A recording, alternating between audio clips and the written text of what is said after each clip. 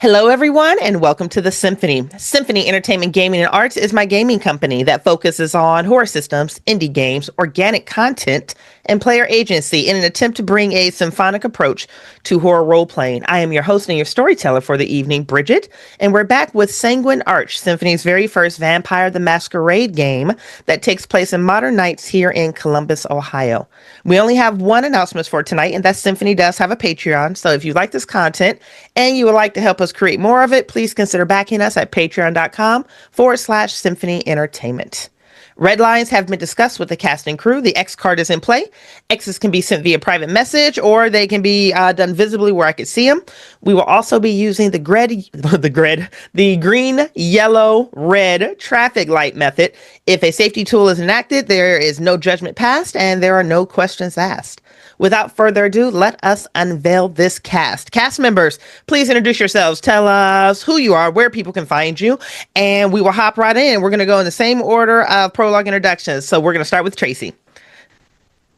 Hey, y'all. I'm Tracey. You can find me just about on any social media as Mythical Magpie, all one word. I do some art and things, but I am now mostly online here. So, hey. Oh, I love it, love it, love it. And I'm playing Rosalia Lombardo, who is a thin blood. Our resident favorite thin blood. Coming up next, I do believe, is Connor. This is going to be Matt. Hit us, baby. How's it going, everybody? My name is Matt, but I also go by Doc. You can find me on just about every corner of the internet because I've found that it's fun to be places rather than not be them. You can find me on Discords, everything like that. Symphony Discord, I am everywhere. I think I check that more than my own work email, which is saying something. 'Cause I got like 6 students have emailed me already. Semester starts on Monday, and I have not responded to them. But if you want to get in touch with me, I have a Linktree, linktree.com/DocBones. Hit me up there, and I am playing Connor Rowe, the under-accounting Ventru. Yes. And my other spouse, Tiffany. Hit us, baby. Hi, I'm Tiffany. You can find me on most social medias as Color Cat Designs, where you can see what art shows I'm going to be at, what art I'm producing, and I am mostly in the Symphony Discord as the Sacred Secret Keeper right now. And I am playing Ivy, the Banu Hakim. Delicious. And last but totally not least, welcome back, baby. We missed you on the last couple of recordings. Welcome back. Welcome back. Hit us, Carl. Hey, everybody. I'm Carl. I am playing Kevin Mercer tonight, the resident Bruja.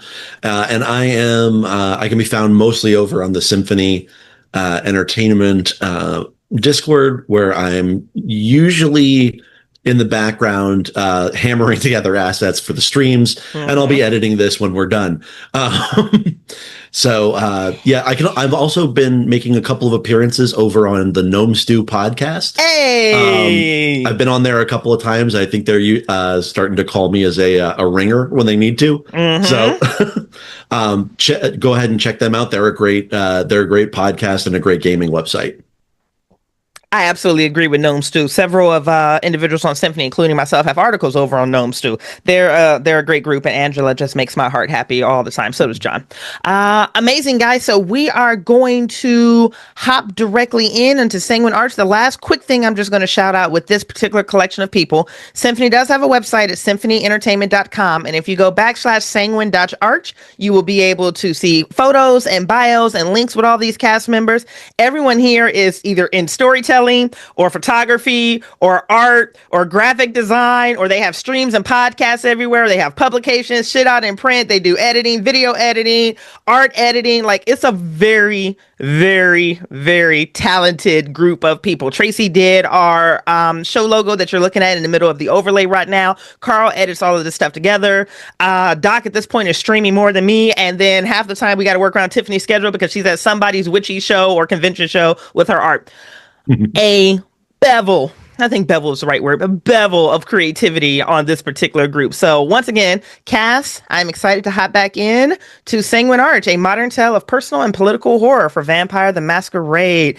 And we are going to jump over to Kevin to recite our chronicle tenets.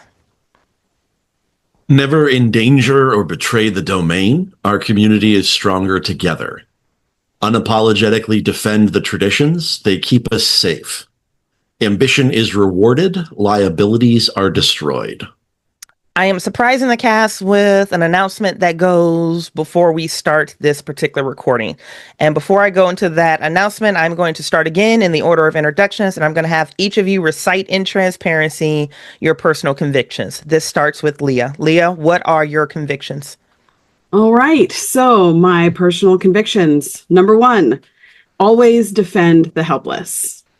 Number 2, never start a fight. Number 3, always initiate with trust. Thank you. Connor, please recite your convictions. Well, I've only got 2 left, thanks to things that have happened. There, never endanger a member of your crew, and kill only in honorable combat. Ivy, please recite your convictions. Mine are to take down the target and to punish the guilty. Kevin, please recite your convictions. The only cure for corruption is disruption. Cruelty is never necessary. And a single truth at the right moment can shatter an empire or save a life. This upcoming recording, potentially 2 recordings, will be an immersive and painful opportunity to challenge yourself and your convictions. This has been written and orchestrated in a way that will make likely the characters and the players uncomfortable. I was uncomfortable writing this content. I am already uncomfortable getting ready to run it. We're going to mind our safety tools. We're going to be self-aware of the situation, the atmosphere around us, and we're going to have a good time, hopefully through our discomfort. But if at any point in time we are not having a good time, advocate for your experience, because we are collectively sharing and telling this story together.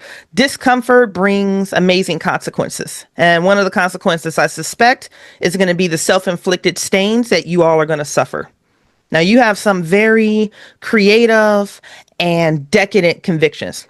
I, as a storyteller, cannot manage them through the duration of this recording. So I am asking you, in fairness, to keep your convictions on the forefront of your mind. And every time you challenge, deny, or turn your back on them, which I suspect is going to be pretty often in this upcoming recording, I need you to announce to the cast and to the chat that you are embodying a stain for you turning your back on yourself. The second thing, we are going to be running chops this session. A lot of them. Now, we've run some chops here on Symphony with this game, but the style of our storytelling, we lean towards the mediation, reconciliation, recommendation that's actually in the book. Literally in the By Night Studios book, when combat starts, the very first thing it asks is like, is this something that we can mediate with fun narration? And that's typically what Symphony does. We're not going to be doing that tonight. There may be some mediation, but we're going to chop this out, which means things are going to inevitably slow down as Carl and I reconcile rules, as you guys look at your sheet, as we kind of go back and forth. Some of it may be edited out. Some of it may not be. It will absolutely, undeniably disrupt kind of the flow that we usually have, but that happens when we're going to be walking into sessions such like this.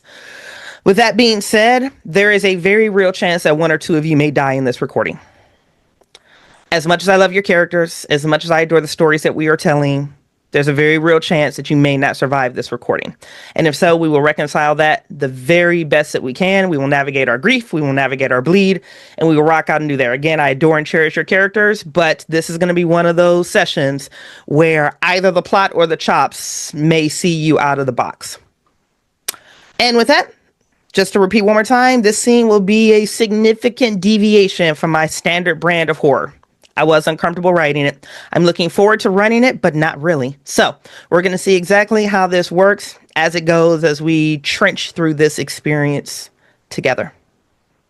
Ivy, your Nissan is currently parked on the railroad tracks, and you have noticed, and Connor has noticed, that Justice's car is parked down the tracks, and flying on the east and west side of these tracks are those catenary arches that run and run around. Now, thankfully, none of you are Markavians, so you don't have any immediate disruptions, but that doesn't mean the environment and the world around you isn't from this particular group.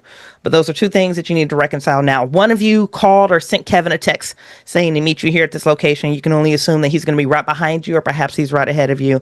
But to Ivy, Connor, and Leah, what are you guys doing now?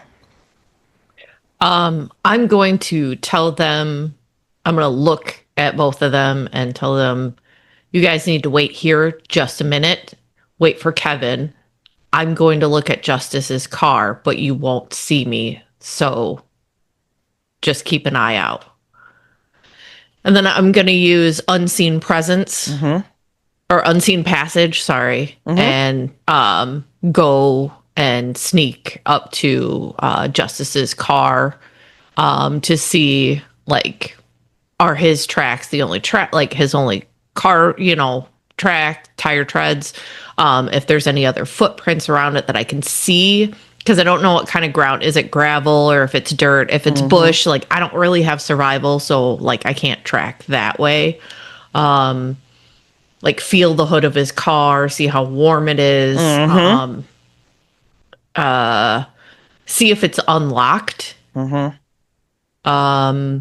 Yeah, and look inside and see what I can see, basically. No, that's brilliantly done of you, Ivy. So you and I do not need to throw chops for this one. You are able to vanish from sight, which the world around you almost becomes like reflective surface, where you don't go invisible as much as the human eye has a hard time perceiving you. As you slip towards the gravel on the outside of this tracks, going into soft earth and dirt. The hood of the car, or the hood of the car is cold. As cold as it can be. The engine hasn't been running for some time. Justice is smart enough to leave his car doors unlocked on a side of town like this.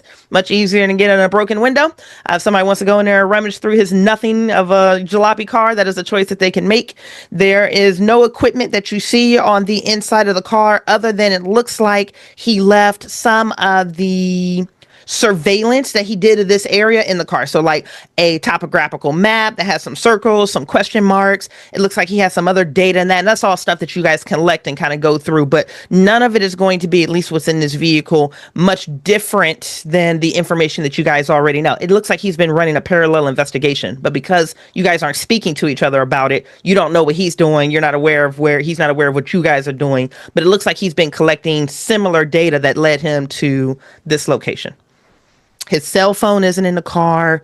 There's nothing else. It doesn't look like there was a struggle. There's no vitae. There's no blood. It looks like he parked and then took his time to tuck it as well as he could, drape it in forestry, and then tracks.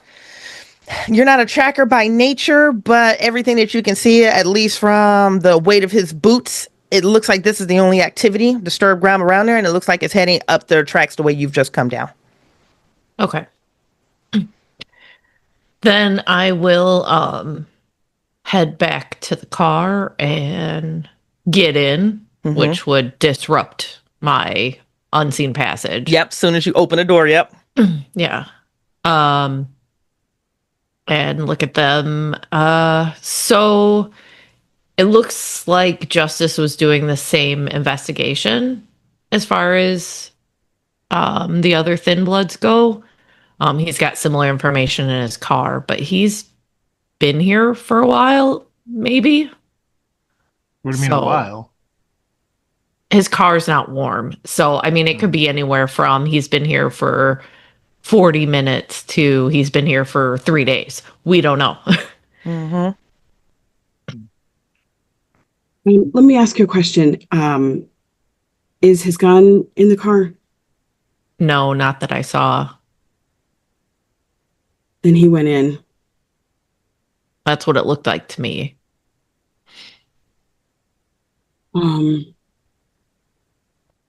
What are the conditions outside right now, Bridgett? That's a stunning question. No, that's a great question. Leah, if you look up at the sky, almost as if you invited this description upon yourself, those flecks of petrichor begin to hit your nostrils. You can smell that rain is incoming. Out this far in this type of rural area where you're mostly surrounded by warehouse, it hits beautifully on this breeze that's starting to pick up and lift your hair and run across your clothes. And you can tell that the sky above is getting dark. Summers in Columbus, you can probably anticipate a thunderstorm anywhere within the next 15 to 40 minutes or so. Where I am, Do I have access to see in any windows? No, you're on the railroad tracks that's still a couple blocks away from the Okay. water park. And then you know this from just, driving through town or even from the distance right now. Once you get onto Fort Rapids grounds, you have the massive surrounding parking lot. There's a 3-story brick old Holiday Inn that was a multi-story hotel that's probably 20, 22 floors or so. And directly adjoining to it is this colorful water park that is stapled to the side of this Holiday Inn, almost like a tick. It looks almost like a massive tick that has its face stuck into the hotel that's gorging itself with the life that's no longer occupying those rooms.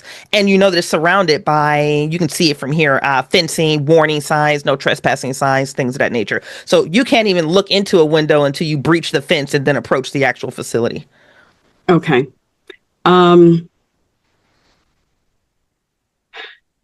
Did it mention in his paperwork that this was a suspected nest? You can piece that together, Ivy. Yeah, it looks like he's been clearing out a bunch of them. And he has it done as a radius to this location.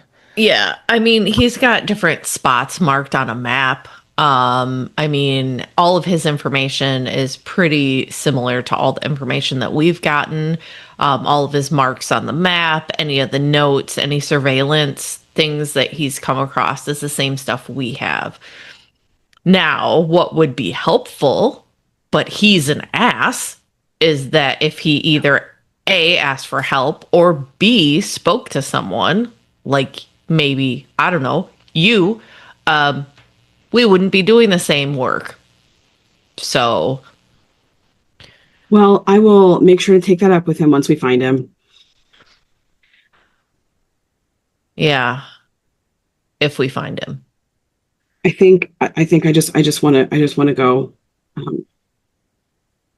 We need to wait for Kevin. Right. Because if Justice is in there and for whatever reason he hasn't come out yet, that's not something I want to go into without a brouhaha. Sure. Yeah. I think at that, since really there's nothing she can do until Kevin gets her, because that's obviously smart. It's smart. She wants to run in, but it's smart. She will start taking apart her gun and checking things. And, the thing that just like one of the first things Justice taught her, how to clean her gun and take care of her gun. That is actually his gun that she shot him with once. And she'll just do that repeatedly until the situation changes. There's a thunderclap ahead of you as you are assembling the final touches of your gun, as you're able to slam the magazine into that satisfying click, that clench that happens in your palm. And that's when you catch headlights coming in behind you. And it doesn't take you long to recognize that this is Kevin pulling up, getting ready to head over the tracks towards the park. And Kevin, from your perspective, coming in on your vehicle, you're going to recognize Ivy's Nissan as you're approaching. Okay. When you guys texted me, I've been a little bit out of the loop. What did you tell me? Just to meet you here, or like meet you here ready for bear? Like what? Yeah, I mean, I would think first of all, you probably would have gotten a novel. Like, hey, we need to talk. I got some information. Well, you were there, so no, you wouldn't have gotten the novel. He was in the scene with her. Yeah, with Delaney. Yeah.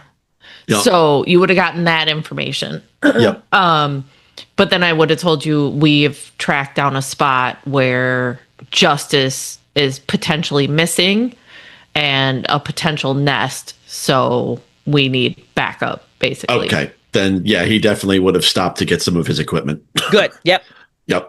You're geared up. You're as long as you told him that, he would have stopped first. He probably would have done it anyway with Justice is missing. But that's enough to get someone on edge. Yeah. So, Kevin, you are pulling up beside the Nissan at this point. So your vehicles are parallel. All right. I'll swing my leg over the motorcycle. Because obviously he's a Bruja. He has to have at least one motorcycle. And yeah, I mean, you guys have seen Kevin in like walking around gear. Like his normal backpack's been replaced with like an actual like military tactical style backpack. Mm-hmm. And you can see several shapes and things like that in there, as well as like knives and things around his waist. You can also notice that connoisseur of old injuries that Connor would be. His jaw has recently been like healed and reset. It still looks pretty livid. He's missing a couple of teeth on the one side, and he's walking with a fairly pronounced limp for a vampire, as well as like moving stiffly, like that kind of stiff where you've been like physically put through the ringer. Yeah. But you're okay. You're kind of okay. Kevin, you okay? Yeah. Bruja politics. Don't lie to me. Are you okay? Yeah. We're not going to do this if you're not going to be okay. I'll be okay, Connor. I'm not kidding. Bruja politics. It's rough. I'll give him that look of, I don't like it. But No, I'm not going to argue because deep down, I know I'm not going to convince you to not do this. But I'm going to at least do my best to make sure you're not putting yourself in extra danger. No, I appreciate that, Connor, but I'm good. If we have to do this tonight, we have to do it tonight. I don't know if this is maybe the best time to bring this up, but I'm really much better ranged. How far away do you need to be? I mean, I'm not like a sniper, but I'm best ranged. Okay. Not very good up close. I'm not really good hand to hand. Okay. We won't put you up in the front then. I mean, you don't want to put somebody who's going to just be fodder up front. We're in this together. I can stick towards the middle or the back because I'm also pretty good ranged wise, but I can also throw down if I need to. Also, I'm looking for a redhead. If you see her, let me know. Aren't we all? Yeah. That's what she said. Sorry. But really, I think if you see her, you'll know. Okay. Okay. So I don't usually work with groups. So my go-to is to disappear and sneak in. So since there's the three of you, how do you want to do it? When you work with people or when you work with others, how do they coordinate when you're in the field? We don't. God damn it. I'm sorry. I mean, mostly I'm working with my siblings, so it's whoever can go get the kill the fastest. Okay. Okay. I get that. Follow your instincts, but it's not who gets fastest to the kill. It's who can find justice. And if something goes pear-shaped, can we all get out of there in one piece? Right. I guess. Shit. I should have asked for that. Like if we had like cool, like, Secret Service earpieces so we could speak to each other, but we don't. So, okay. I definitely don't have those in my go bag. At most, it'd be a couple burner phones. I can get them, but I need a couple days to get them. So Yeah, we don't have a couple days. Look, Yeah. Ivy. Look, I know you don't like me, but just promise me if you're going in there alone, be safe.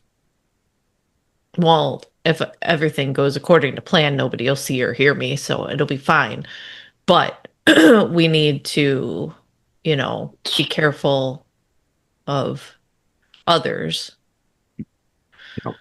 So, mostly then Ivy's like looking at Connor and Leah because, Yeah, liabilities, we know. well, you're just not fighters.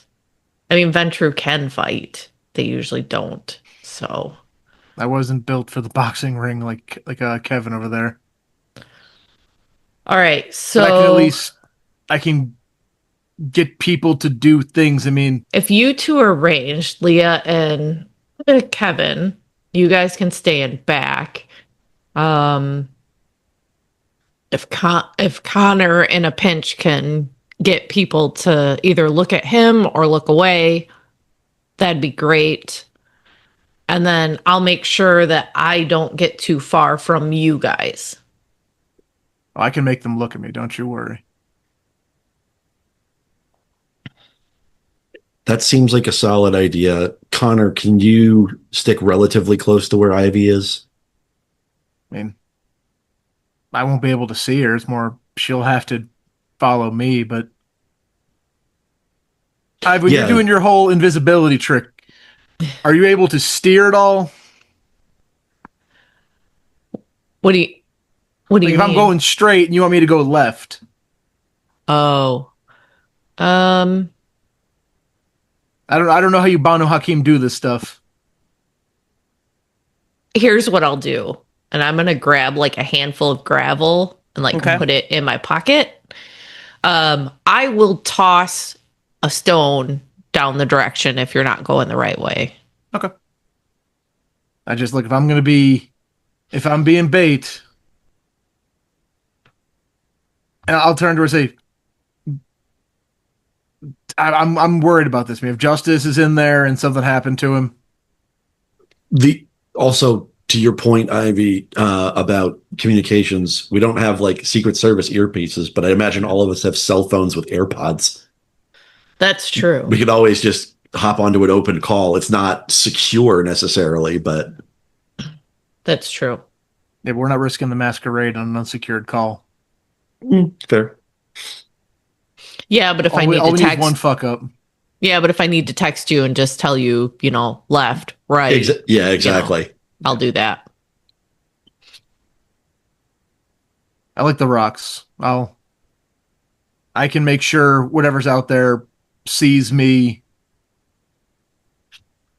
And if that's all you need to get a drop on something, I mean, what venture wouldn't want all eyes on them? I'll give you like this shit-eating wink that all three of you can tell without any question. Connor's scared. But he's going to do what he can because you're his family. Look, ultimately, too, if this goes badly, beat feet. Mhm. Oh, and more, even more importantly, he'll turn and throw the motorcycle keys to Leah,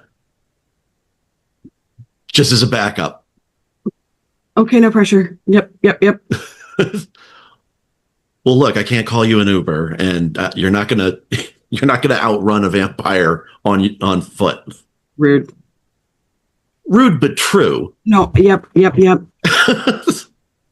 And Lee, it's almost as if you hand the keys, and I don't know why weather is being centered around June, but that petrichor blooms, you can feel the first drops of rain beginning to come down. We better move. And keep Bridgett. Mhm. I'm sorry, keeper. I love it. Keeper Bridgett. Yes, I am the keeper of Elysium. Yes. Right. When I was fighting the last time with a bunch of Amish gangrel, Yeah. I had 3 visions. Mm-hmm. The last of the 3 visions was rats scurrying around between walls. Mm-hmm. A woman's scream is heard. A woman's voice is torn and tired. And I see yellow, blue, violet, and teal. Can I safely assume that is coming fresh to my memory as I'm walking towards this building with those 4 colors in these twisted slides? Yes. water slides? Absolutely. That absolutely is what's breaching the soil of your memory and coming to life. Yes. I think there's also a woman in there that needs us. I think I've already seen some of this. We got to go. What's out there? I think there's a woman in there that needs our help. We'll see. And then I'm gonna walk behind a tree and silence and unseen passage as I pass the other side and start heading in. Okay. To- Ivy, as you approach Fort Rapids, the water park and attached hotel, it is surrounded in chain link fence. This is the high chain link fence that's what 9-10 feet tall that has the barbed wire. It's nighttime. And unless you actually took the discipline, fun reminder for those who don't know, vampires cannot inherently see in the dark. So I don't know how many flashlights you guys have in your kit or your car, but that'll be something you'll have to very quickly run back for because you can't see in the dark unless you specifically took, I believe it's in the animalism tree where you can actually see in the dark. But right now you can get flex from the half flickering and buzzing parking lot lights, Ivy, and you can see the no trespassing signs. You can see the building condemned signs. You can see various paperwork from the county and the city stuffed in those sheet protectors that are tied to the various pieces in the fence where, code violations are active and things of that nature. And you're just looking up at this looming building and you cannot shake the feeling that it's looking back at you. Now, I will say one thing. This is a very popular spot for urban hunters to go break into, especially at night. There are multiple YouTube videos and Reddit threads and TikToks where young adventurers have breached this fence. And even now, Ivy, as you're looking at the integrity of fence, you can see where someone has gone through a bolt cutters here. You can see where parts of the fence have been pried up and then rearranged and pried up and reclined. The fence is compromised around the entire facility. It's not going to be a problem. You can't go through a door, but it's not going to be a problem for you to kind of sneak through into the interior fenced area. And once you're there, you're looking down the barrel of a massive walkway that has that gorgeous wood that looks like cabin logs awning that leads you into the front of what you're imagining is the hotel check-in or maybe the water park. But because the hotel and the water park are attached right here, and this is almost dead center, it looks like this could be the entry into both. You see sheets of broken glass.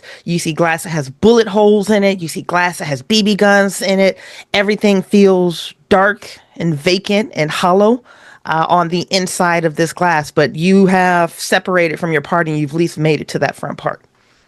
Yeah, I'm going to do my best to let my eyes adjust to what little light, like the moonlight, things like that. So I'm obviously going slower so that I can adjust to that. And then I'm going to try and keep their flashlights to my back. So I'll still use the ambient light, but I don't want to be blinded by it. Nope, that works.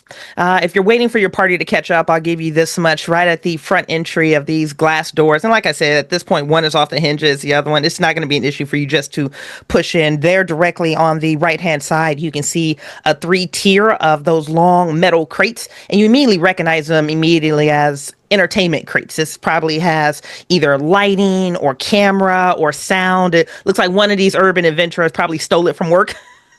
And they have their little kit there. And I'll save you the time. If you look through it, it looks like most of the stuff has been unpacked except for some battery packs, a first aid kit, and various other like little knickknacks from, a change of clothes to sound systems and things of that nature.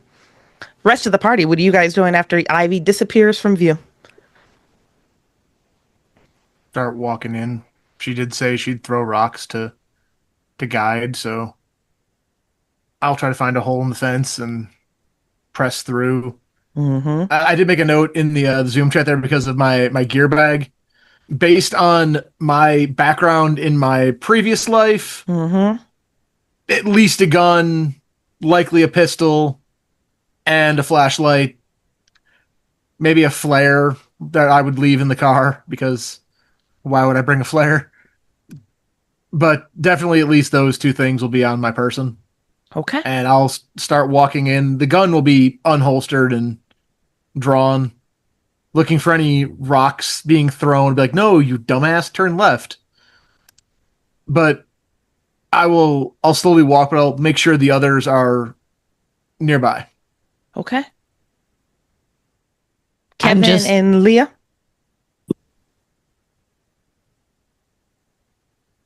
Leah will move if Kevin wants to be the last one in, she'll scooch in a little bit behind Connor, giving him enough leave that if something starts the second he steps in, I'm at least a couple steps behind. Mm-hmm. So like he can get shot at least once, whereas depending on if I get shot, that could be it. Yeah. So and I think right now, while Leah is thinking about making sure that Justice is okay, she's worried about Justice. Yeah. There is also a part of her right in this moment that feels like a raw, exposed thumb. Mm-hmm. She feels incredibly mortal, even though she's supposed to be immortal at this point. And I think as they walk in, she just has her gun held down, but ready to shoot if needed. Okay. And Kevin? Bringing up the rear, he's switched up his heightened senses to vision so he can actually see. Nice. Which actually leaves him a little bit unnerved. He likes to walk around with hearing mostly, but he understands seeing is probably the first thing.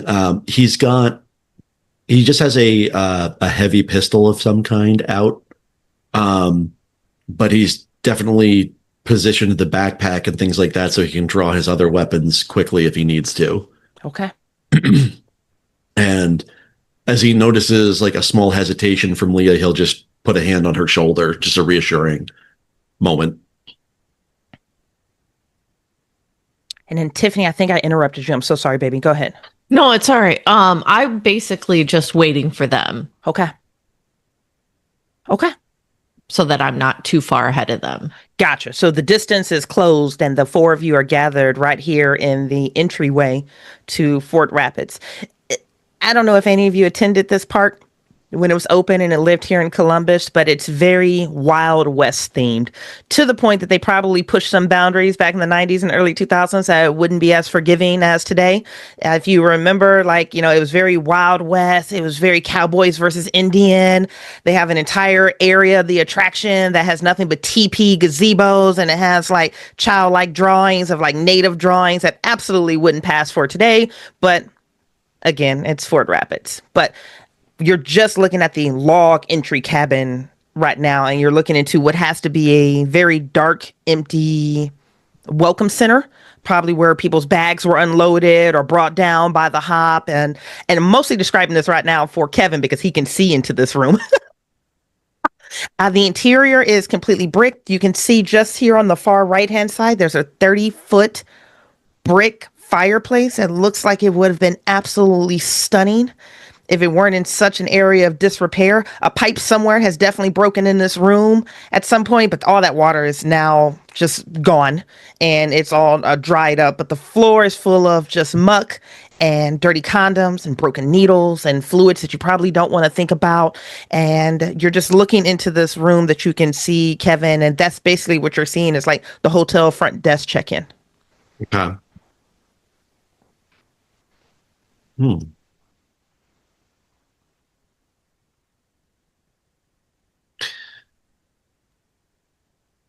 All right. I think we'll keep going farther in. Okay. So this is the entire group moving as one into the area? Yeah, I'll stay up front so I can hear or smell anything out of the ordinary besides the nast that it just normally smells like. Yeah. But like blood is going to, stick out, especially like, kindred blood. I'm going to be able to smell Very and quickly. find. So, Okay. You guys, go ahead. I was going to say, I have a little bit of investigation, not maybe as much as everyone, but I think while I'm going in, you said it's dark, right? It's dark. Yeah. If you have a flashlight in your hand, your illumination, your visibility is just that beam of light. Yeah, I'm trying to see how long in this iteration of vampire that Auspex lasts. I think it's Mm, an hour or a scene if it has not changed. I'm looking for two things. okay. I have a very vivid memory of where I was embraced and the Mm-hmm. circumstances surrounding all the people and it just being kind of chaotic. Mm-hmm. I'm looking for that. Mm-hmm. I'm looking for signs of justice as like weapons because I've also seen him blow holes through walls. And Um, people. yeah, and people. So I'm kind of just looking to see, do I see any signs of what might have looked like my embrace site? Mm-hmm. Am I seeing any signs of what I might have known from having experienced justice? Yeah, doing a sweep through this lobby area, no on all traces, no traces of justice, no trace of any type of violence or attack happening in this area, nothing that's resemblance of the moment that you were embraced. And again, I use that verb very loosely. And from where you are in the park right now, you would know where you were when you got that image of the rats crawling over that woman that was screaming somewhere, and your Yeah, view on the water park, that yeah. is on the back half of where you are now. That's, you could see the slides through the wall there, and you know that you're on the parking lot side. So you would need to get to the back half that's facing 70. Okay. I'll just kind of point. And I think the only person that can see me right now is Kevin. So I'll just kind of point in the direction of where I think I remember that that angle being from. Perfect. Okay. You guys proceed forward into the hotel lobby as your respective boots or sandals or flip-flops crunch on things that you really don't want to particularly imagine. And you have two main areas that it looks like you can go to. It looks like to the left leads towards the hotel portion. And it looks like the right is going to lead towards the water park portion of this establishment.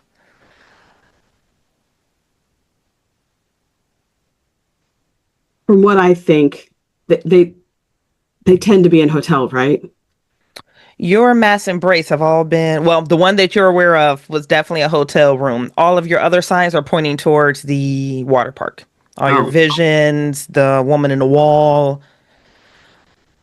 then I just kind of point my head and start going in that direction, hoping that Kevin will follow me and that Connor will hear us. Yep. Yep. I'm going to take a quick peek the other direction, Mm-hmm. like Very up smart, and Bonnie around the King. corner to see like if because as their footsteps fade, I can then stop and listen Yeah, to see if I hear any shuffling, movement, things like that. this is brilliant. So if we're in this main lobby, most of the party is going right towards the water park. The Banu Hakim, our mercenary, is going left just to check through those doors that would lead towards the hotel lobby. So these two things happen simultaneously. Ivy, you push through you can actually just step through the frame of this broken glass door at this point. The glass is shattered. You can step through it and you can see another long hallway that very likely leads to recreation, the arcade, the gift shop. You can see that sign that's still stapled to the wall. Question here. You're in complete darkness. Let me correct what you can and cannot see. Are you carrying a Right. flashlight? Do you have heightened senses? What are you doing in this situation? Nope, I literally am just going long enough so that Okay. I can hear it. Like I'm not going far You're not because going they far. have the Okay. flashlights. So you are bathed and surrounded, embraced in darkness at this point. So I will give you still the hallway that you can see down to a certain point that the light from their departing illumination can pass, and then nothing. And then directly in front of you, you can absolutely recognize the 1, 2, 3 on one side, 4, 5, 6 on the other side, elevators that would lead up. All of the doors are pried open. It doesn't even look like the elevators are, functioning anymore. Half of them have a shaft, half do not. And the one thing that you notice about eye level to you when you look at the elevator, something large about the size of a German Shepherd is stapled to the wall, and it just very slowly shifts into the shaft, and then you can hear it scurrying down. Now, I'm going to hop over to the other side very briefly here. The three of you touch the door, and it's one of those swinging salon doors that open you up into the water park. And Connor, Ivy, and Kevin. There's a light wind that picks up outside that kind of blows in. And you know a storm is coming. There's another eruption of thunder ahead of you. And it's one of those thunders that rumbles inside of your chest and almost shakes the walls around you. And the three of you hear the following. A light wind in the area carries the whispers, warnings, curses, screams, and laughter of the dead. And just as quickly as that wind comes in, that wind comes out. Hopping back over to Ivy. I am pelting that door they just went through with rocks, like with little pebbles. Okay.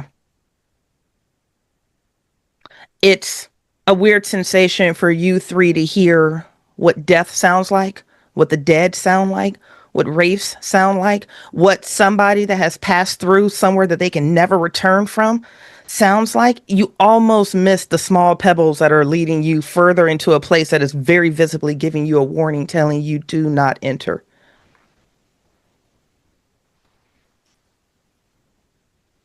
But another little stone hits on the idle saloon doors. I think as the person at the back, I think Kevin will like grab Leah's shoulder and say, wait, Ivy signaling us. Connor, back here. And I'll slowly back away towards the rock, and because in the back of my mind I've heard screams. Never like this, but it definitely brings back some painful memories. And I'll kind of follow Kevin. I think absolutely Leah is going to go back with the rest of them. But I think there's just a moment that she kind of looks back over her shoulder as she leaves, not really feeling comfortable turning her back to whatever is behind them. Yeah. But feeling concerned that the person who has taken her in and who has taken responsibility for her is somewhere behind her, and they're walking back, and there's a bit of a pull there at her, but she stays with her coterie. I'm just gonna signal everybody to like come through these doors and at least take a quick sweep. You know, like if they come through, you know, because I can't see anything, and all I saw was some shape. So, yeah, I think when we come back through the doors, is Ivy visible at that point, or is she still not visible? no, that's why I threw the stones, because they're far enough away from me that the noise wouldn't trigger. Okay.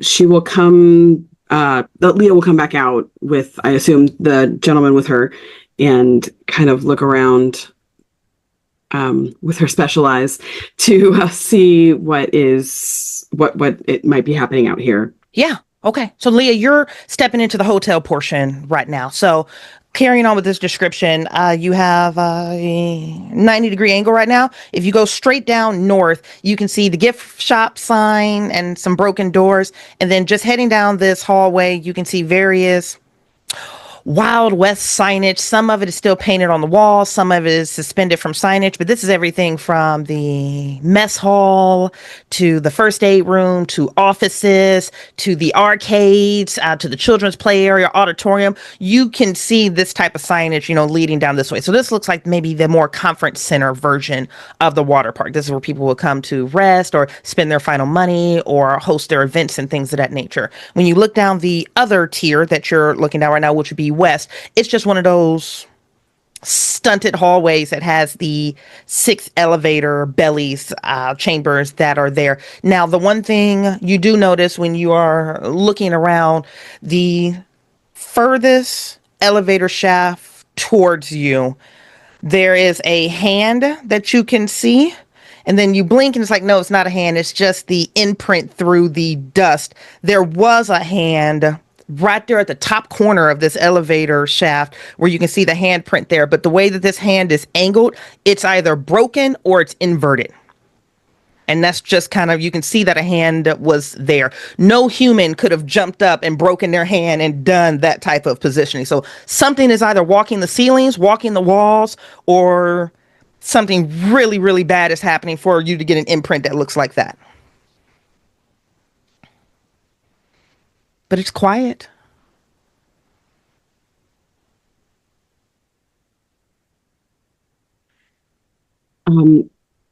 I'll look back to the two men. I don't know what to do. Nothing about this feels good. Can you see that? She has her auspex turned on. Her eyes are able to see things that maybe they can't see immediately, but she'll point out the handprint.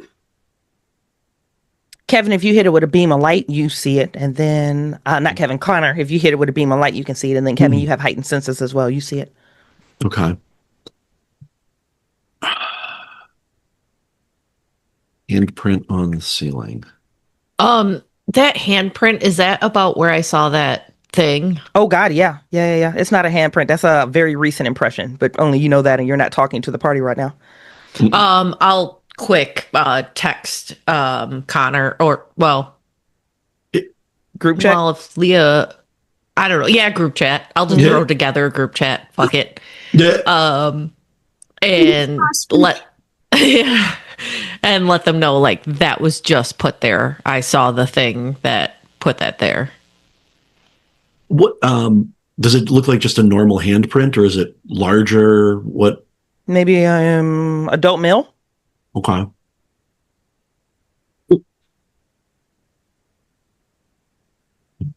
But it would be adult male if his arm were sewn on the wrong way. Okay. And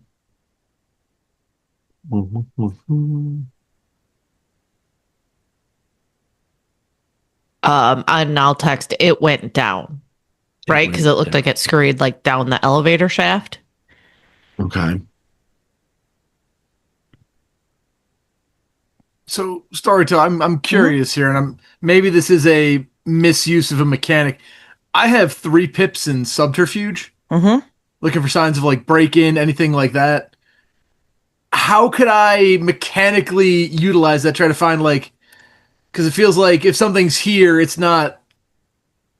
It had to break in somehow, assumedly. So I can give you this without any mechanics. This place has been broken into again and again and again and again and again. So you're not getting anything new off of your awareness of how to conduct subterfuge off of this. I mean, just outside, you saw the crate. There's an active adventuring party somewhere in here right now.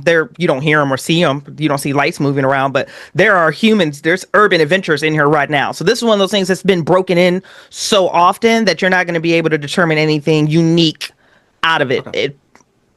I was hoping with 3 pips, maybe I could find like this break-in happened before this break-in. No. So not with subterfuge. That would be helping you with the breaking in investigation or something like that. Might be able to help narrow down when and how. But also, this is kind of being like one of those things, like it's been run through so many times. Unless there's something glaringly obvious, you're not going to catch it. And I can tell you right now, as a storyteller, from where you guys are, just in this lobby that you guys are afraid to leave, which I find very hilarious right now. The tension is so high. No, there's nothing unique here. You said the tension's high. You noticed the Zoom chat. None of us are clapping back at each other today. It's so quiet. Yeah. I guess then I will text also, like, do you guys want to take the stairs or do you want to go back the other way? I did see something where that handprint was. You're Ivy, I'm Leah. Leah will text back, we shouldn't let anything get behind us. Agree. All right, now that we have ambient light from Connor's flashlight, I'm going to then check out. So you said so it's just that stunted hallway with the elevators. You got it. And then there's a hallway that goes further down from Correct. like rooms on this floor, right? Correct. Lots of ground floor rooms. Yeah. So then at the end would be the stairs to go up. You've got it. Yeah. And just based on your structural awareness, there's by fire code, if the elevators are here, there have to be stairs somewhere near here as well. Oh, okay. And then there's probably going to be stairs on the middle section, then stairs on the back. So there's multiple points of elevation. And then the ground floor looks like it's hosting all of your recreation, all of your housing, things of that nature, your food, your entertainment, whatever. Anything that's not at the water park is here on this ground floor. Okay. But it looked like that one went down. It looks like As it went if- down. Yeah. As if there's another, like a lower level. Yeah. Which likely there is probably the boiler room, HVAC, heating and cooling, storage. Yeah. Sometimes the pool is on a lower level. Mm-hmm. Okay.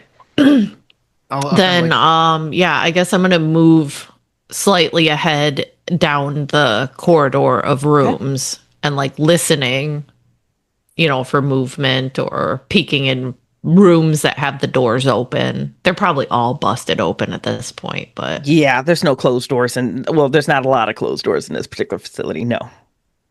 Okay. So Ivy's moving down. What were you getting ready to say, Matt? I was gonna whisper to Ivy, or like you like text it back and say something along the lines of, "If Justice was looking for a nest, where would that be? Do you think? If the thing went down, do you think that's where the nest is?" yeah, I could text back because that's pretty easy. Yeah, being on the lower level makes sense because then they're going to be more shielded from the sun. Because there has to be an older in quotes vampire that is making thin bloods. And I'll In just quotes. Yeah, well, because Right back. Oh, we're no, it's talking so what valid. 13th, 14th gen. Oh, yeah. just go down question mark. Down the hallway, stairs at the end. And I'll just write back following, and I'll pass that along to Kevin and Leah, that basically saying if Justice was looking for a nest, the nest is probably underground, and Ivy found stairs. We should be careful because nothing gets behind us. And I'll shine my light down the hallway looking for any signs of, say, skittering is a word that's coming to mind given the description we got from you, Bridgett. Much like what the back of my neck is doing with my skin right now, just skittering and crawling. Hallway's empty and quiet. It's filled with dust. The bright red carpet has everything from mold to mushrooms to broken gear all over it. You can see the paint peeling off the wall to your right where it says something cheesy like "Howdy, partners." And the first room on your left is going to be another behind those salon faux doors, and it looks like that's the gift shop.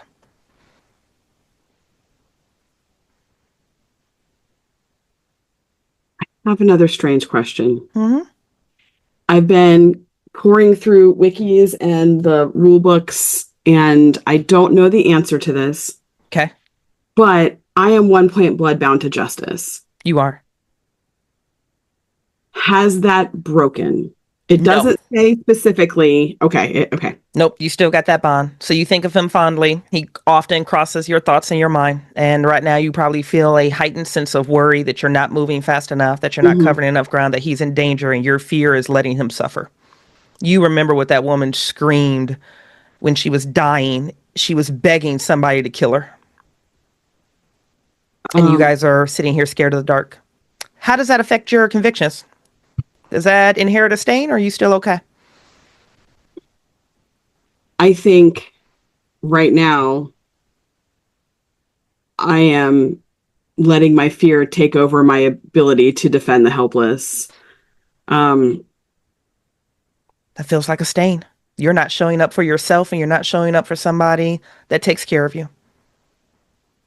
Hate it. Connor, you shine your light into the gift shop. It's a strange sensation looking in the doors of this gift shop because so much of the gifts and the debris on the floor are all still present. The register is still there with a cash register that's sitting on the desk. The glass frame still has cheap jewelry or tickets or, fun little baubles that you can win at the arcade games. There's still a center kiosk with molded and wilted postcards that say hello from Fort Rapids. Howdy from Fort Rapids. Just on that little turntable, there are still sheets. There are still blankets. They actually didn't clean this area out. It's like they just shut it down.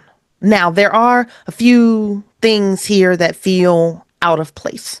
Various ceiling tiles are missing, and these are those old school ceiling tiles that are about like 3x3, and they're white, and they almost look porcelain, but you know that they're not. Several of those ceiling tiles are shattered onto the floor, but what you do see is a travel wagon, almost like you would see at a gaming convention, those collapsible ones that come on like a dolly and it has a handle. You do see a travel wagon with a sheet that's been haphazardly thrown over it, and it looks like it's parked right on the inside where you couldn't see it unless you walked into the gift shop. So, point of clarity, real quick. Beyond the wagon there, you mentioned there being sheets and blankets. Do they look like a level of habitation? No, that's a great question. No, Doc. No, this doesn't look like squatters. This doesn't look like habitation. This looks like, hey, we are now officially shut down. We've thrown sheets over to protect this mountain of dust because we didn't realize it was going to be vacant since like 2016. Nope, that's what you're seeing. But it does look like this sheet that's over this wagon still looks like one of those existing sheets, but it's been recently moved to cover the wagon. I would like to activate awe. Nope, I am right behind you. Activate all, make a rouse check. We can do that at the end of the round. Spend a simple action. For the remainder of the scene, you seem larger than life, more impressive than usual. And everyone within conversational distance will pay attention and feel a strong desire to be near you. So this is going to be interesting. You activate awe and nothing comes to you. That's some bullshit. Or whatever I have is immune to certain things. That's some bullshit. Also You some could- bullshit. Or the room is empty. instead of a balloon deflation. It could just be an empty room, guys. Yeah, no, it is not an empty room. You don't You know. do not describe a wagon with a blanket having an empty room. This is not a ladder in D&D. It could be an empty room. I'm gonna look in the wagon. I'm assuming it's the explorers bullshit, or Okay. it's where Justice stashed weapons. Yeah. Those are my assumptions. Yeah. Okay. You pull the sheets off of the wagon and you look inside and you don't see Justice's weapons. And this very likely isn't from the urban explorers. What you see are 3 cases that are open of surgical tools, multiple gallon jugs of embalming liquid, and then a case of Dasani water. Several of the sleeves that have the outline of the various surgical instruments are missing. Some of them are thrown around, but you're looking at 3 sets of very pristine surgical tools. Some of them are missing. Gallons of embalming fluid. And then an open case of Dasani. Looks like 2 bottles are missing. Okay, so if you said we're in the gift shop, right? Yep, this is the gift shop. And down the hall is the rooms. Down the halls are more public rooms. Yeah. The Yeah. hotel suites are probably going to be on levels 2, 3, 4, 5, blah, blah, blah, blah, blah, blah. Okay. Is there a door or stairs from this room? No, not from this room. Okay. This is just like the little side gift shop. It's that last stop to get all your treasures and your keepsakes to take with you. And scalpel. Right. And scalpel. Well, yeah. Well, okay. So and like, rib crackers. what I'm trying to figure out if this person, that whoever this is that has these tools and things, if this is where they stashed it, then like what, like they're likely, like how easy is it for them to get to them? Because there's still surgical tools here. So then like, is it then more rooms? Would that be the closest thing? Or is there a stairwell close that goes down? That kind of thing. Yeah, and this room is just a gift shop. It's just a closed gift shop with the opening doors, with the salon doors. How close is the cart to the entrance? Directly inside of it. Okay.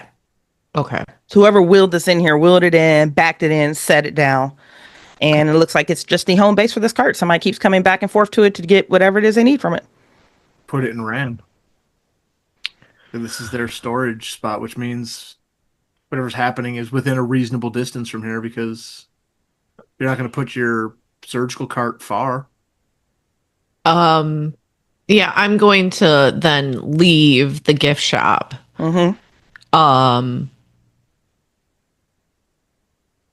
And see if I can see or hear anything in the next like couple rooms as I head down the hall. Yeah. So you are able to leave the gift shop and you're going to step down the hall. I'm just going to check in with Kevin and Leah because I haven't heard from them for a minute. How are you guys holding up and what are you guys doing, if anything? I'm scared. I know. It's a creepy hotel.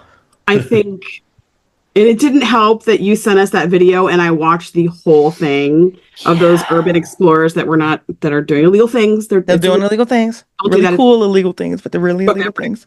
And so I can desperately visualize like the building inside the building. So I think she just took a stain.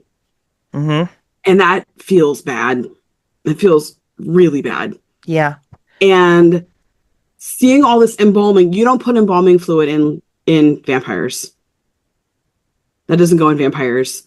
And I think her first urge is to smash every jar, but I think that's maybe not on the high list of priorities. So I think she just got a fire lit under her ass, especially after, the Ventrue spoke. He commanded the room. I felt it. I felt that my attention was to him, and I felt that. And I'm the only one that responded to it. There's nothing else here, which means that the people that might need us aren't here. And I think that just lit a fire under her, and she's just going to start moving. And she kind of forgets that not everybody can see what she can see. And so she's moving. And yes, she's terrified. And yes, she's made of soft, almost human flesh.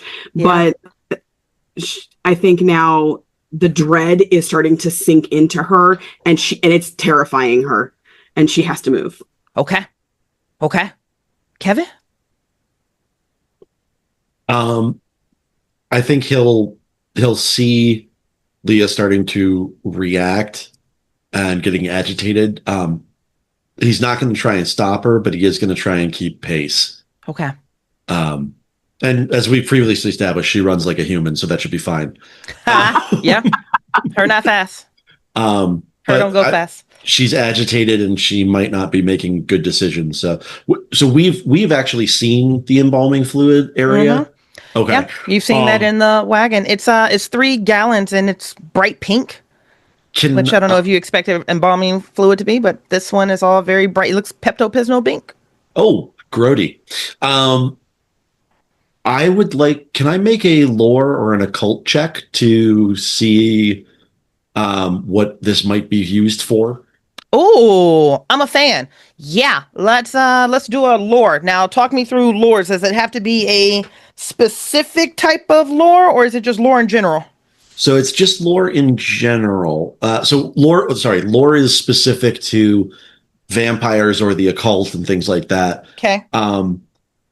I think in this case it would probably be occult. So my intelligence plus occult is 6. It's actually not occult, if you can believe it. Oh, really? Okay. Nope, it's worse. What is it? Is it medicine?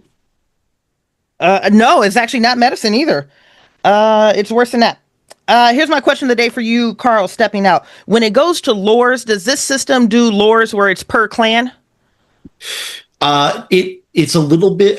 It's a little bit. Like, can you do Bruja lore? Can you do Banu Hakim lore? Or is it just Kindred lore? Hopefully they got rid of that shit and it's just Kindred lore. It's basically just Kindred lore. That's what I need then. So if it's Kindred lore, I actually have the what the heck is it called? Lore Master. So it's +2 on all lore checks. Amazing. Okay, that's exactly what you need. All right, give me just a quick second so I can get it pulled up for you. And while you're looking that up, Bridgett, I just want to make a declaration, and that is that I am grabbing. If they've got like little caps, like sometimes when you get a craft knife, it has a little cap on it. If the scalpels have covers like this, I think I'm going to grab a couple scalpels, and I'm taking one of the tarps with me. I'm going to wrap it over my shoulders and tie it kind of. I know, no capes, but no capes, right? No capes, but this is good. Nope, that works, baby. Kevin, let's throw it. I think I pulled it up. Hold on. Yeah, I got to pull it up. We're gonna throw in 3. You ready for me? Well, yeah. What am I? This is gonna be your lore. So what do you roll to know if you know something on lore? What would it be? Lore is a rider. Lore is a special type of knowledge check that's a rider on any other type. Oh, sexy. So then what do you think would be best here? It'd probably be intelligence or wits. I feel good about either of those. Yeah. Okay. Yeah. Intelligence, maybe medicine. Like I've got occult and I have medicine. So it's kind of 6 in one hand, half dozen in the other. No, so it's not medicine. Okay. This would be... Go ahead.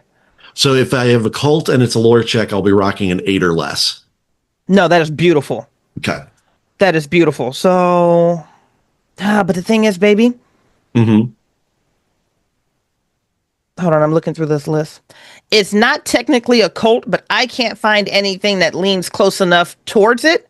So I'm just going to rock with the cult and move on about my day. Science with a focus in pharmacology? So here's the weird thing is you guys see medical tools, so you're in that direction, and that's not the direction at all. But it makes sense that you're all in that direction. I love that you're in that direction because it just gets worse from here.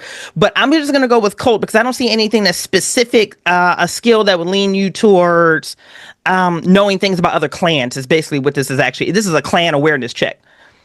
Gotcha. Yeah. So that's what Lore Master would do. Would give. Yeah. Okay. Then let's do it, baby. We're gonna throw in 3, 2, 1. Storyteller through paper. Through paper. Beautiful. And you got an 8.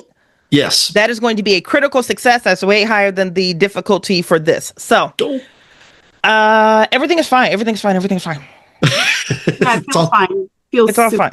Everything's fine. Say it like you want us to believe you. Right. I mean, I feel really good about it. So, Kevin, you are looking at the surgical tools. You are looking at the embalming fluid. And your mind immediately goes to medicine. Your mind might even go to Zemitzi. Is this flesh crafting? Is this infernalism? Is this just play torture? Is this insanity? What could this be? And you're rolling through your Rolodex of everything that this could be medically, and it's just too vague. Surgical tools and embalming fluid. Are they embalming people here? Why would they do that? That doesn't make any sense. And something tickles the back of your awareness, and you start going through the lores that you onboarded when it came to Kindred specifically.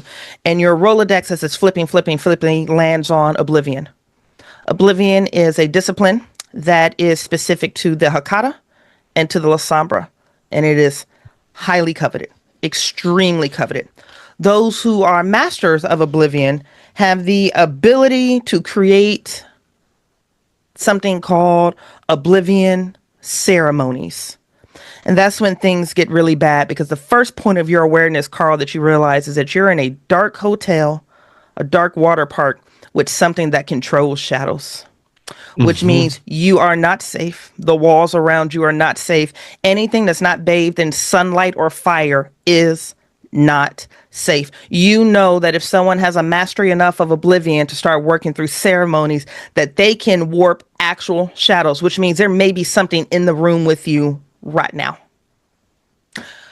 The ceremonies to what your critical success is going to give you, there are 2 Oblivion ceremonies that come to mind immediately.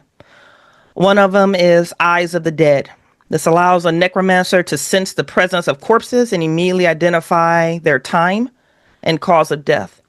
The process means you have to apply embalming fluid directly to the retinas of the subject. Okay, that would explain the embalming fluid. And then you think about the surgical tools. The surgical tools in combination with the embalming fluids brings you to the homuncular servant. These are non-combatant creatures that are the stapled pieces of whatever was freshly killed. This can be humans tied onto animals, animals tied onto other animals. These things can scale walls, they can hop, they can walk, they can even hide very effectively. Now, they can't go into combat, but the other things that they do can sometimes be much, much worse. They can see into you in ways that you don't want to be seen. They can intimidate you, and they are immune to mostly everything except for sunlight. You have to do a significant amount of damage to kill them, but that's not what sticks with you. It's the realization on how these things are created. Kevin, you know that the body parts of an animal carcass and the weapon used to kill the aforementioned person or animal. Once this thing has been killed, the evacuations of bodily fluids that are present are collected and then reintroduced into another corpse that creates this thing. And that's everything that you get on your critical success.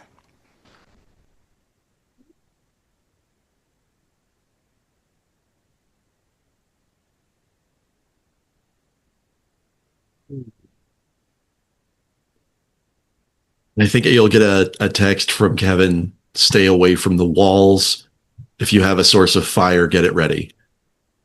We should consider leaving right now. Kevin, does that violate any of your convictions? I don't think so, but let me check. Cruelty is never necessary. The only cure for corruption is disruption.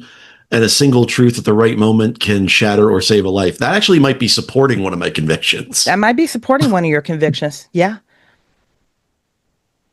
Which doesn't give me a bonus. It's just nice. It's just nice. Yeah. I could even reverse argue that you recommending leaving when you know that there's active cruelty happening here could be pushing that conviction. Oh, that's actually a good point. Then, yeah, he would.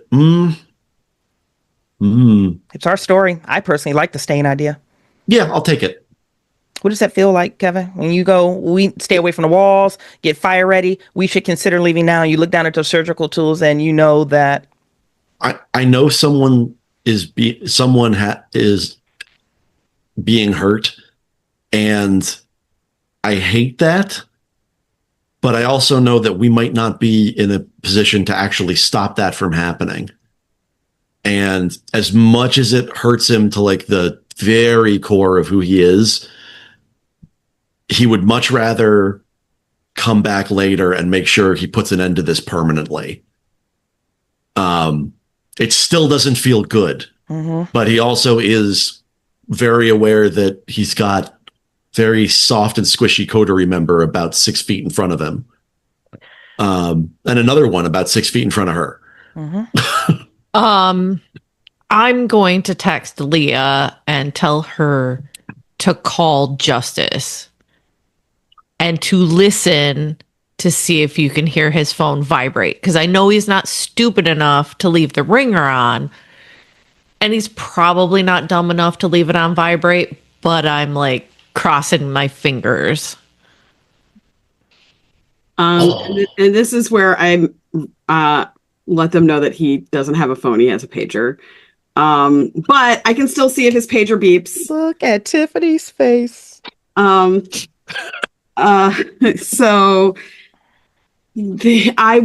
I'll call his pager. Okay. You call the pager. You hear nothing. You have to wonder, is he already dead? His pager wasn't in the car, so you had it on him.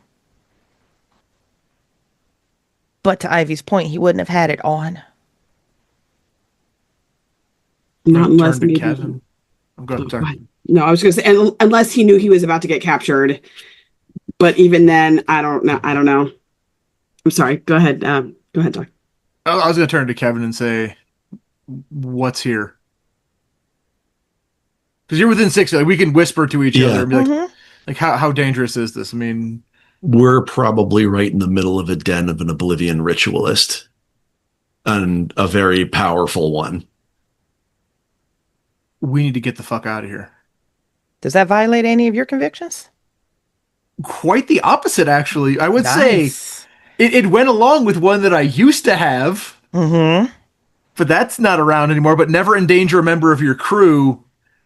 If this is that bad, I'm gonna pass to Kevin. We need to beat feet. Okay. We do not have the resources. We do not have the skills. I'm gonna text to Ivy in the group chat. We're leaving. Can we call the DJ?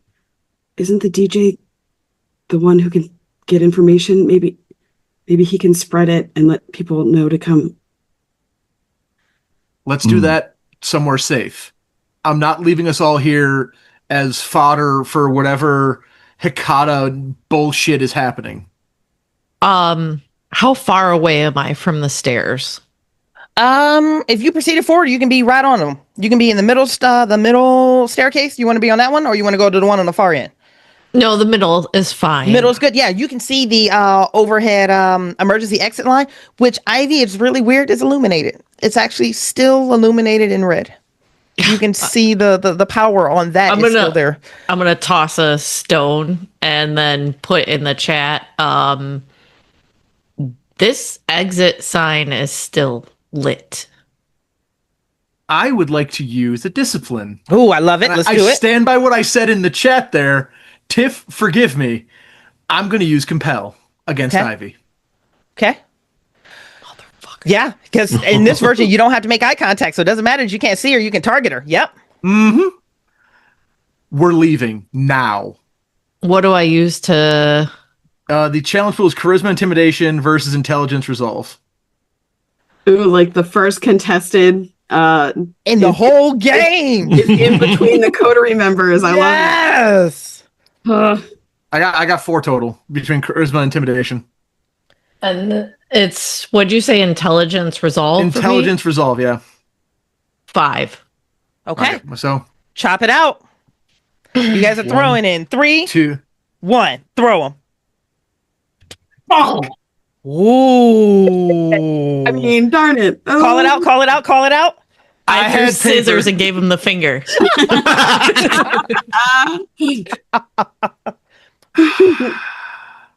I'm going to turn to Connor and beat him in the forehead with the pebble. So you feel the weight, the pressure, the charisma of Connor telling you to flee. And you pick up a pebble and you fling it at it. And the pebble soars through the air. And Connor, it bops you straight on the forehead. Tiffany, you and I are throwing 2 chops right now, please. We're going in 3, 2, 1. Throw them. Oh, I love this one. So storyteller 3 paper. I threw scissors. Okay, I lost. And we're going to throw another one in 3, 2, 1. Throw them. Ooh, storyteller threw rocks. And I threw paper. Fuck yes. You fling this rock, and there's just this satisfying moment where you can't really see the rock as it moves in and out of the beam of light and the shadow, but you can just feel the satisfaction of the thunk as it hits Connor, 20, 30 feet down the hallway. You feel a very similar thunk as you take 1 point of damage as a stake goes through your torso and just narrowly misses your heart. We are in combat. Oh, fuck this. Oh, shit. Okay. Oh, shit. So, Damn it, Connor. See, I would have seen this shit. Excuse you? It's your fucking fault. I said get the fuck out of here, and you're like, no. No. You said, look here. Get the fuck out of here. That's right. And so she looked away. initiative order currently right now is going to be me because I did a surprise attack. Next up is going to be Ivy. Ivy, You have the little flicker of the emergency exit above you, but whatever attacked you is attacking you from that stairwell that you were getting ready to go down right before your attention was pulled back to the ventru. You can feel a hand directly over your breast as something pulls you back, and you can feel that stake, that 1 point of damage, go in through the back of you and just narrowly miss your heart. You can't see what's behind you, but something has grabbed you. It feels warm. It also feels frail. It's panting, and you can hear that growl and that of exertion.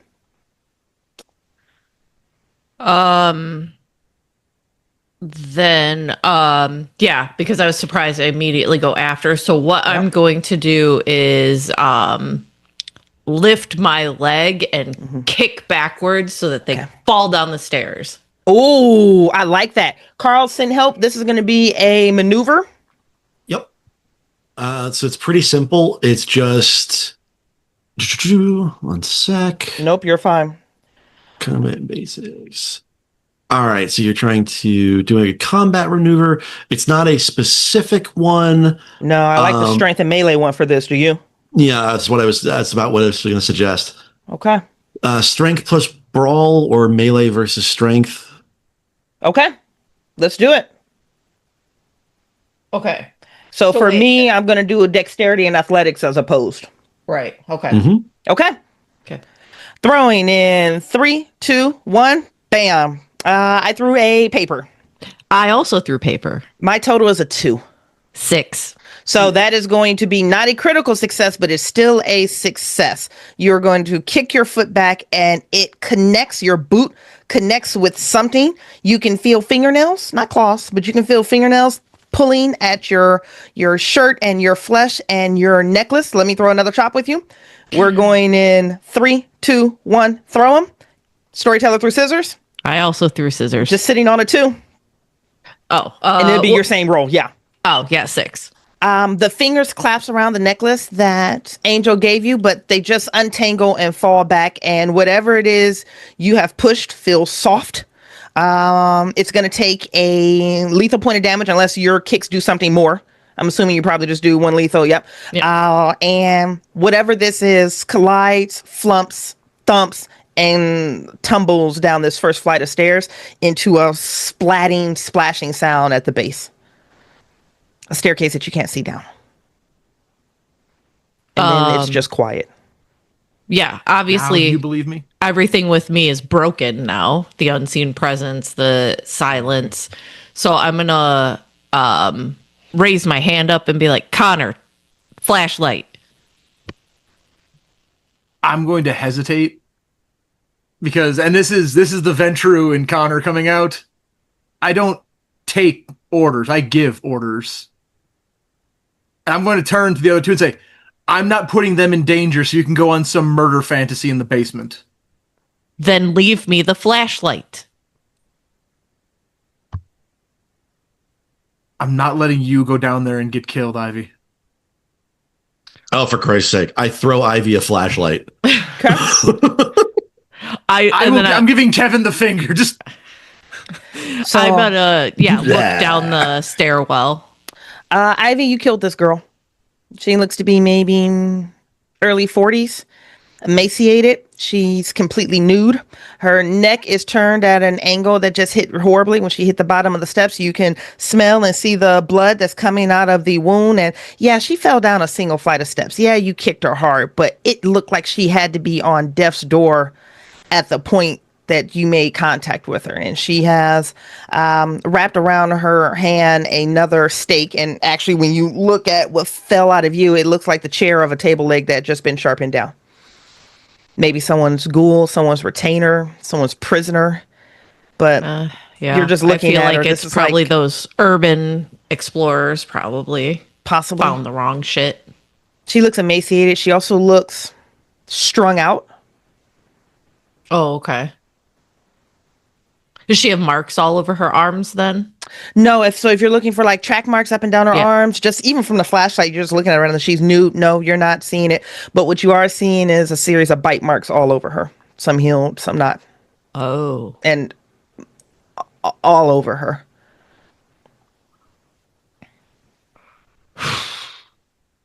Does killing people give you a stain? No, not normally, but she's guilty the moment she staked me. So this was clean and above board. Yep. If she had just attacked me and not staked me, it's like you knew what you were fucking doing. She You're did. done. Yeah. Yeah. Which raises a whole nother issue. She knew to stake you. I'm gonna look down the hall. Hey, Kevin, Yeah. come here real quick. Yep. While they're doing that, I think she grabbed the cloth that's around her kind of in a panic moment. And I think now she's kind of seeing what she can do. And she's going to take both ends and essentially tie it into like a crossbody bag. Okay. And now she's going to pick up, some things and put them in there in case she needs to MacGyver something later. Okay. Done. Kevin, you arrived, Ivy. Okay. Yeah, I'm just standing at the top of the stairs with the flashlight, like illuminating this girl. Okay. Something's not right. Why is that? Well, she's covered in bites, so either she's somebody's retainer or she was supposed to be I don't know. It doesn't feel right. It doesn't look right. But she knew. Here's the other thing. That's a stake Mm-hmm. that she tried to hit me with. Yeah.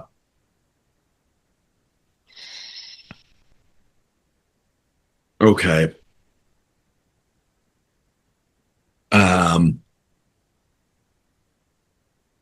Shit. Do we want to go down? Do you still think we're over our head? I mean, I think we were over our heads, but I think we might be committed at this point.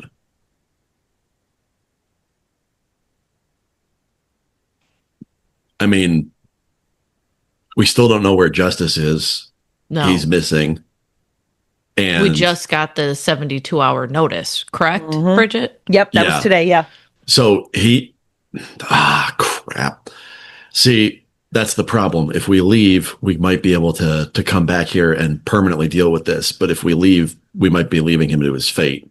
It's possible he's still alive somewhere in here. Or maybe that's why he's so sketchy about his fucking clan. Maybe. Maybe, but on an individual level, he's never done anything particularly bad to any of us.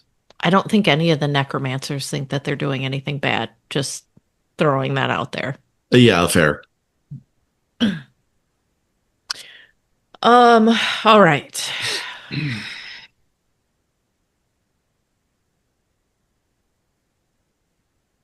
Yeah. I kind of feel like we have to go down at this point. Bridgett, I would like to use my common sense ability. Oh, I love this. Okay.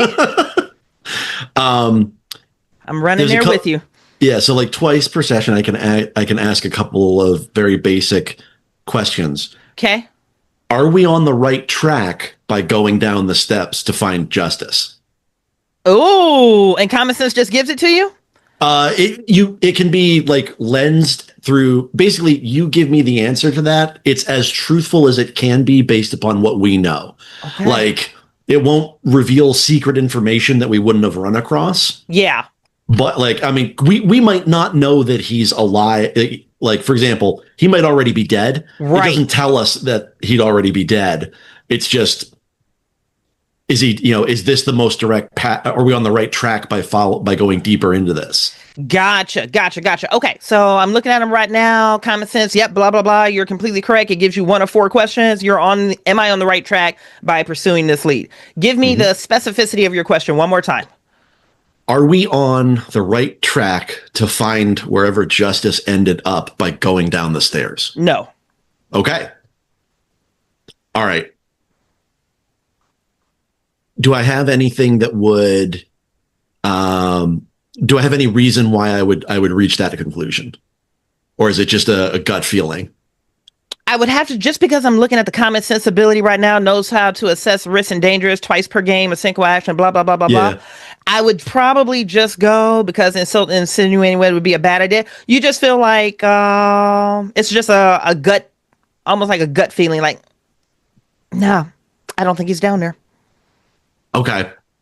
I'll modify what I said a little bit then and just say, I don't think Justice is here. I think he was here at one point, but whatever happened to him happened here.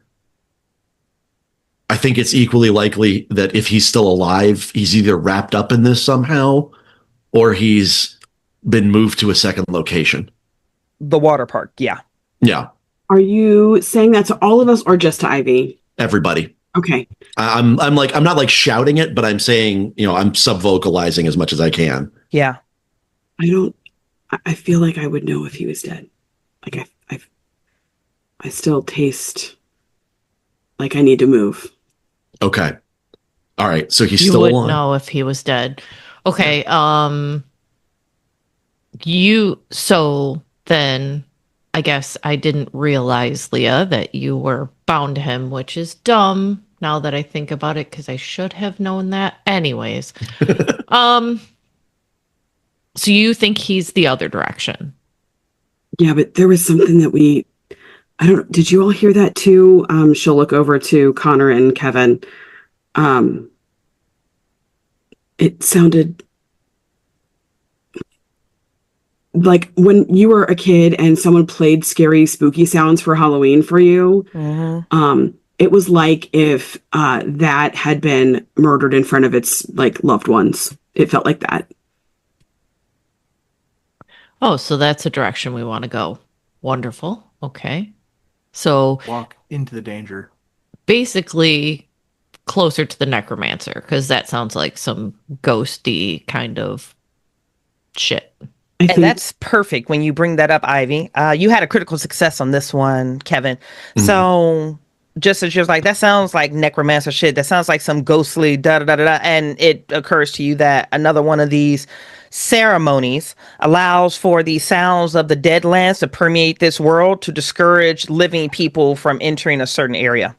So Okay. that wailing that you heard, that static, the curses, the screams, that was a motion activated trigger to discourage humans from coming past that point. Okay. It's unnerving for Kindred. A human might hit that and be like, nope, and then walk back out. Gotcha. So that's another ceremony that you've encountered in play. That's another Oblivion ceremony. Sorry to interrupt you, Tiff. All right. Well, let's I guess go that way. Sure, everybody has something on them. I don't like this going into danger shit, but we can't go in unarmed. I'm never unarmed. Also, but You're not the one I'm worried about, Ivy. she's got a gun. and I'm like, you can see I've got that one of the tops turned into like a knapsack that I'm shoving in. Like I took MacGyver is happening. I took one of the stakes and put it in there. Yeah. Yeah, y'all have never seen her get like this, but it's like she's just grabbing random shit and Yeah. putting it in her bag. It makes sense to her, but how big are the bottles of you said it's like a gallon of Yeah, they're a gallon of embalming fluids. Yeah, there's 3 of them. okay. And the world's worst water. I think the most horrifying thing in this entire haunted hotel is Dasani water. The I'm disrespect. taking a bottle, if I may, of this water. I'm Yeah. pouring that shit out and I'm glugging in some embalming fluid. Embalming fluid. Okay. The Yeah, 'cause MacGyvering I'm continues. pretty sure it's flammable and you can make a Molotov out of it. Look at Tracy like, yeah. Okay.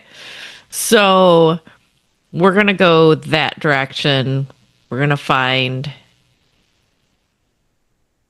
hopefully we'll find justice. So Yeah. that was my point, is that at this point, if we leave, we all have to be okay with the outcome that happens to Justice. We know he's here. So if you're going to leave because you don't want to face the danger, you have to accept that you're leaving him here. And he's been here for at least 72 hours because we got the notice. And I think it's pretty evident that Leah is on Ivy's side, and she's just trying to nod to and looking to the guys to get them to be on her side. Look, Oh, go ahead. if something happens to me,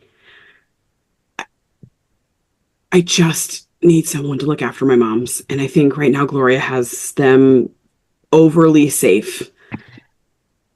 That's a word. I for don't it. like that at all. No, that's definitely a word for it. But I just need to say this. Whatever is left to me, which is not much, if something happens, I just need someone to take care of them. Well, the goal is that nothing will happen to you other than a few cuts and bumps and bruises. Because I can't guarantee that you won't. I'm not No, I wrapping you know. in bubble wrap. No, I don't. No, I don't. But maybe next time, Kevlar. We should have thought about that. I didn't. Next time, maybe I could get We'll go shopping. Yeah. Yeah, I don't usually bring squishies with me, so I don't think about that. Sorry. Yeah, I'm gonna point to the stake that got stuck into Ivy and be like, yeah, scratches for us could kill her.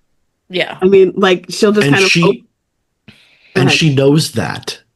And she's here anyway. Mm-hmm. She's here, we're here. I don't like this, but I'm not gonna let the three of you go in without whatever I can do to help you. And that is taking a stain, Bridgett. Okay. I'm still on my target, so I'm good. Okay. So the four of you, some of us are making embalming fluid, Molotov cocktails. Some of us are reconciling our sense of being a coward. Some of us are trying to understand, oh my goodness, I almost got staked by a 110-pound woman that broke her neck and her soul on the way down a flight of steps. And some of us know what will happen if you go back and face Nia Glass's court and know that you left an officer here to die. And because liabilities, well, you guys know what your chronicle tenets are. The four of you agree to move back towards the water park. And Kevin, your flashlight just runs a quick circuit past the stairwell again. And you see that woman. Her hair is being pulled by a massive male hand that has it gripped from the shadows. And a second hand comes and pulls from beneath her scalp. And then a third hand comes and grabs her face, and she just gets yanked into the darkness. From Then the there- stairwell? From deeper down into the stairwell. And then there's just silence. And that is where we are going to end our show for tonight. We will pick back up as our coterie ventures into the Fort Rapids Water Park. Thank you for enjoying the Symphony. We hope you've had an amazing time, and we look forward to telling more stories with you soon. Good night. Night.